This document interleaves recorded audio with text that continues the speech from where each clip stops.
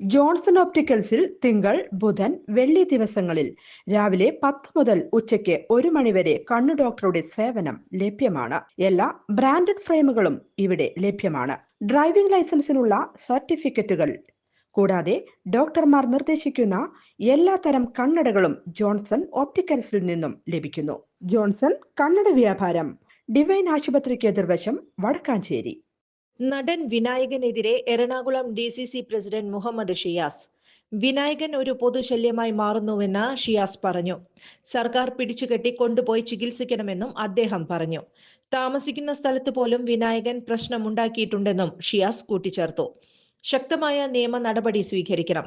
എല്ലാം ചെയ്തു കഴിഞ്ഞിട്ട് സോറി പറഞ്ഞിട്ട് കാര്യമില്ല. സമൂഹത്തിന് ശല്യമാകുന്നവരെ ജനം തെരുവിൽ നേരിടേണ്ട അവസ്ഥയാകും. ലഹരി കേസുകളിൽ പെടുന്ന താരങ്ങൾക്ക് വലിയ പരിരക്ഷയാണ് സർക്കാരും പൊതുസമൂഹവും നൽകുന്നത്. അവരെ ആദരിക്കുന്നവർക്ക് തെറ്റായ സന്ദേശം നൽകും.